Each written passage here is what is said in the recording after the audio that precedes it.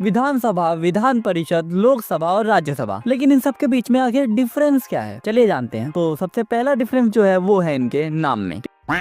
State legislature के ये part होते हैं लेजिस्लेटिव असेंबली और लेजिस्लेटिव काउंसिल, यानी कि विधानसभा और विधान परिषद। इसके बारे में हमें बताया जाता है कॉन्स्टिट्यूशन ऑफ इंडिया के पार्ट 6 के अंदर, from article 168 to article 212। India के अंदर मैक्सिमम स्टेट आते हैं यूनिकैमरल लेजिस्लेचर के साथ, यानी कि उन स्टेट्स में सिर्फ और सिर्फ एक ही हाउस होता है, जो होता है लोअर हाउस यानी कि लेजिस्लेटिव असेंबली। लेकिन इंडिया के 6 स्टेट्स, आंध्र प्रदेश, कर्नाटका, तेलंगाना, महाराष्ट्र, बिहार और उत्तर प्रदेश, इनके अंदर लेजिस्लेटिव असेंबली और लेजिस्लेटिव काउंसिल दोनों होती है, एक लोअर हाउस और दूसरा अपर हाउस, बिल्कुल पार्लियामेंट ऑफ इंडिया की तरह। स्टेट लेजिस्लेचर का काम होता है अपने एक पर्टिकुलर स्टेट के लिए कानून बनाना। विधानसभा के अंदर मैक्सिमम 500 मेंबर्स हो सकते हैं और मिनिमम 60। लेकिन वही विधान परिषद के अंदर टोटल नंबर्स ऑफ मेंबर्स की संख्या 1/3 ऑफ लेजिस्लेटिव असेंबली से ज्यादा नहीं हो सकती, और हाँ 40 से कम भी नहीं हो सकती। मैक्सिमम नंबर तो वेरी करता है स्टेट टू स्टेट। विधानसभा के मेंबर्स को डायरेक्टली इलेक्ट किया जाता है स्टेट इलेक्शंस के थ्रू, लेकिन विधान परिषद के मेंबर्स को डायरेक्टली इलेक्ट नहीं किया जाता है। इनको चूज किया जाता है इनडायरेक्ट इलेक्शंस के थ्रू। इनको चूज करते हैं members of local bodies, municipalities, district boards और लेजिस्लेटिव असेंबली के लोग। अब बात करते हैं पार्लियामेंट ऑफ इंडिया की। पार्लियामेंट ऑफ इंडिया के अंदर आते हैं राज्यसभा, लोकसभा और प्रेसिडेंट ऑफ इंडिया। प्रेसिडेंट के बारे में कभी और बात करेंगे। पार्लियामेंट ऑफ इंडिया, जिसके बारे में बताया जाता है इंडियन कॉन्स्टिट्यूशन के पार्ट 5 के अंदर, from article 79 to article 122। Parliament of India का काम होता है इस देश के लिए कानून बनाना। इसके अंदर लोकसभा के मेंबर्स को डायरेक्टली इलेक्ट किया जाता है जनरल इलेक्शंस के थ्रू, जैसे अभी हुए थे। लेकिन राज्यसभा के मेंबर्स को डायरेक्टली इलेक्ट नहीं किया जाता है, इन्हें चूज किया जाता है मेंबर्स ऑफ लेजिस्लेटिव असेंबलीज के द्वारा, इनडायरेक्ट इलेक्शंस के थ्रू। यही कारण है कि राज्यसभा को हाउस ऑफ एल्डरली और काउंसिल ऑफ स्टेट्स भी कहा जाता है। राज्यसभा के बारे में हमें बताया जाता है कॉन्स्टिट्यूशन ऑफ इंडिया के आर्टिकल 80 के अंदर, in certain cases like article 249, article 312 और आर्टिकल 368, इन आर्टिकल्स के अंदर अपर हाउस यानी कि राज्यसभा को कुछ अलग पावर दे दी गई है। अब बात करते हैं लोकसभा की, जिसके बारे में बताया गया है कॉन्स्टिट्यूशन ऑफ इंडिया के आर्टिकल 81 के अंदर। यूं तो लोकसभा लोअर हाउस है, लेकिन पावर की बात करें तो लोकसभा राज्यसभा से ज्यादा पावरफुल है, क्योंकि लोकसभा ही डिसाइड करता है कि कौन सी पार्टी और अलायंस सरकार बनाएगी, क्योंकि जिस पार्टी के पास मेजोरिटी होती है लोकसभा के अंदर, वही पार्टी सरकार बना सकती है। लोकसभा के मेंबर्स को इलेक्ट किया जाता है डायरेक्टली थ्रू जनरल इलेक्शंस। अब बात करते हैं टेन्योर की। अंडर आर्टिकल 83 क्लॉज 1 राज्यसभा को डिसॉल्व नहीं किया जा सकता है। हाँ, इनके मेंबर्स का टेन्योर 6 साल का होता है और राज्यसभा के 1/3 मेंबर्स हर 2 साल में रिटायर होते हैं। लेकिन बात करें लोकसभा की, तो लोकसभा का एक फिक्स ड्यूरेशन होता है, वो होता है 5 साल का। लेकिन हाँ, इसे प्रेसिडेंट के द्वारा on the advice of council of ministers 5 साल से पहले भी डिसॉल्व किया जा सकता है, और डिसोल्यूशन के बाद होते हैं फ्रेश इलेक्शंस और फिर चुनी जाती है नई सरकार। हाँ, लोकसभा का टेन्योर बढ़ाया भी जा सकता है अगर नेशनल इमरजेंसी लगी है तो। राज्यसभा की तरह ही लोकसभा को भी कुछ अलग पावर दे दी गई है, जैसे कि मनी बिल्स के अंदर राज्यसभा का कोई रोल नहीं होता है। इसके बाद special session of Lok Sabha etcetera. I hope आपको ये वीडियो अच्छी लगी होगी और शायद ये कंफ्यूजन भी दूर हो गया होगा कि इन सब के बीच में क्या डिफरेंस है। तो सब्सक्राइब करते जाओ यार, और हाँ, लाइक करना मत भूलना।